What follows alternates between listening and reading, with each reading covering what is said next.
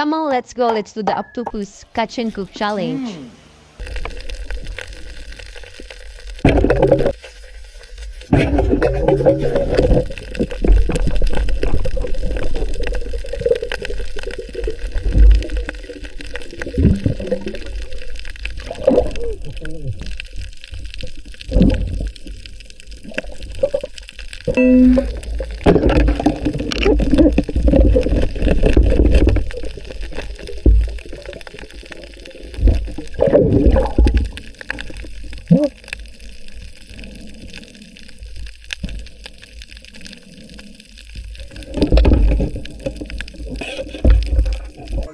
Laki nito.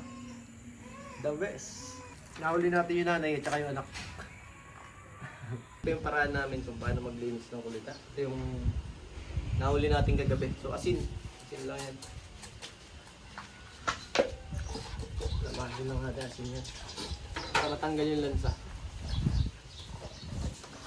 Ayan.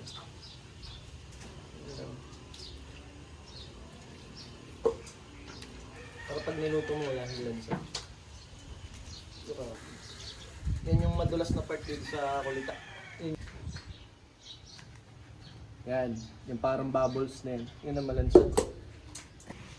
Ito, gamit tong martilyo para mapalambot natin bago mapakulo. So, ganito lang ang diskarte namin dito sa probinsya. Ayan. Pupukpukin mo yung laman niya. Para pag pinakuluan mo, saglit lang malambot na. Pit mo dito, Bit.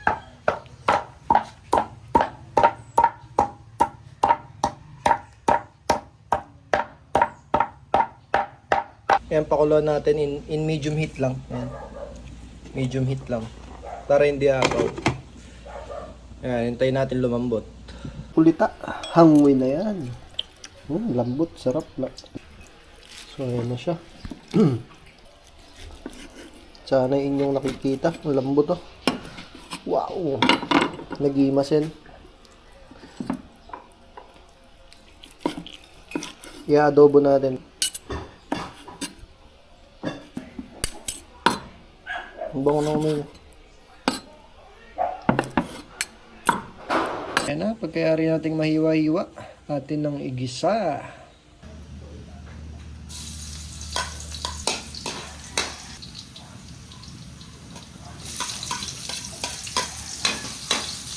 Okay.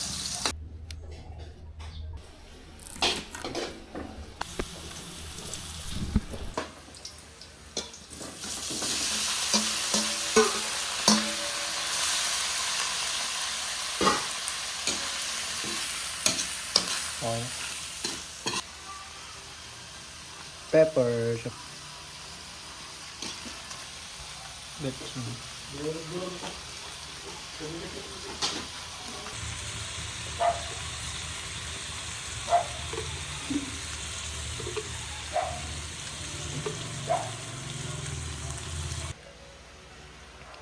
Toyo.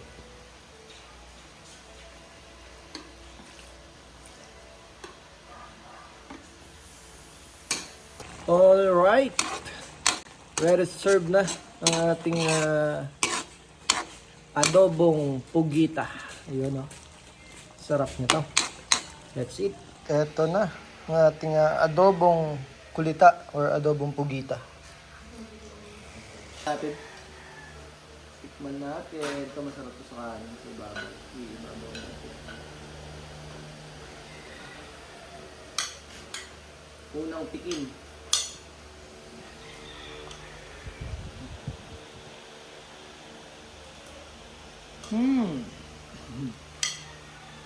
The best talaga yung martilyo na kalambot. Martilyo lang talaga sa kalam. Yun lang sekreto kung paano mapalambot ang pugita. Pukpukin nyo muna bago iluto.